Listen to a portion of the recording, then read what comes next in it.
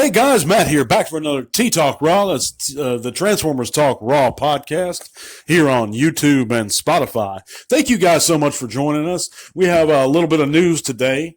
But first, if you haven't heard, we do have a Facebook or Meta group you can join us at. There you can chat bots with us, show off your own channels or pages, whatever you like. We'd sure be glad to see you guys. And if you haven't heard again, please check us out on Spotify if you plan on, if you listen to podcasts regularly and like to take us on the go. But on to the news, guys. Today is Monday, and the little bit of Transformers news I've accumulated over the weekend is here for you guys. First up, we now know that the artist E.J. Sue is going to be attending TFCon LA shortly next year, early next year. And we look forward to that. He worked on a lot of the IDW books, Devastation, and so on. Very talented artist. But I'm really excited because we know that Stan Bush is going to be there, and there's a lot of people going to be there. So that should be awesome, and it's good news for sure. Also, we have some in-hand images, thanks to some thieves that operate on YouTube. The first, I'm not going to mention their names, but the first is of a core class Bumblebee movie, Shockwave. And I just wanted to I don't even like promoting their images, but I do want you guys to get a look at this. The guys that don't go to their channel, like myself, there's a picture of it in hand. And we have a few more of the Voyager Bumblebee movie Soundwave as well. And we have a good look at him with Ravage.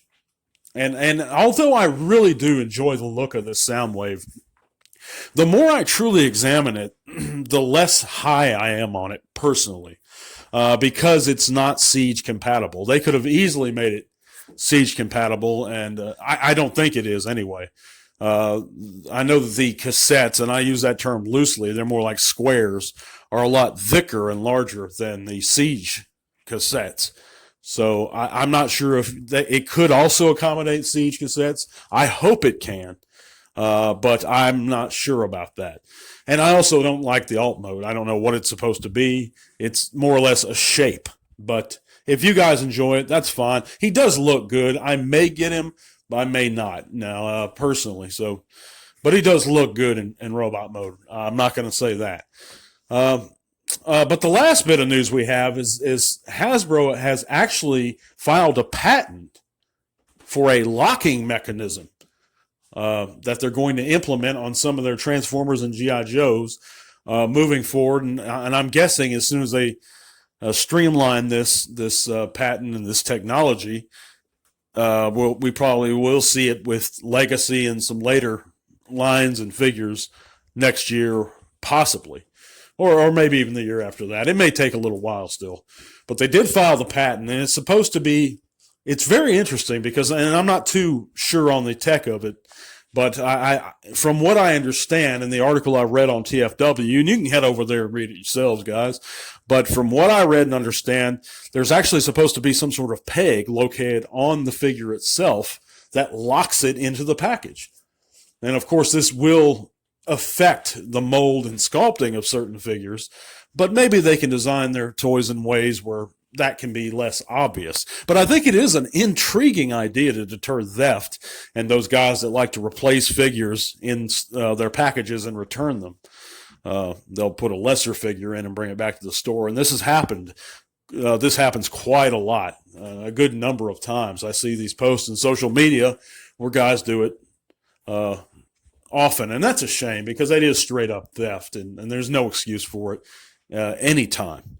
I think anyone that does that should be arrested, and that includes the guys that do it on a small level and the guys that do it on larger levels, and the guys that receive stolen property. And you know where I'm going with this.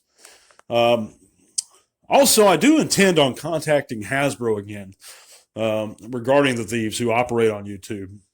And I'm going to post up a live, well, not a live recording, but the actual recording of my second call with Hasbro regarding them. And I think it's going to be very interesting because I want you guys to actually hear someone actually going to Hasbro with all they have.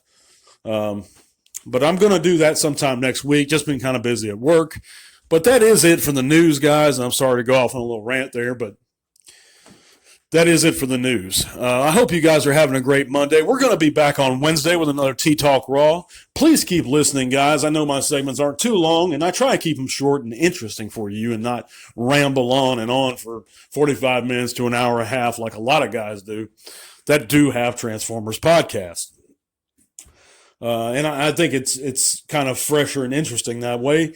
So you can hear these things in snippets and stay informed, but at the same time, I can keep your attention, hopefully. So if you like what you hear, hit that thumbs up button and be sure to subscribe, guys, and I'll catch you back in a couple days. Tell all our one.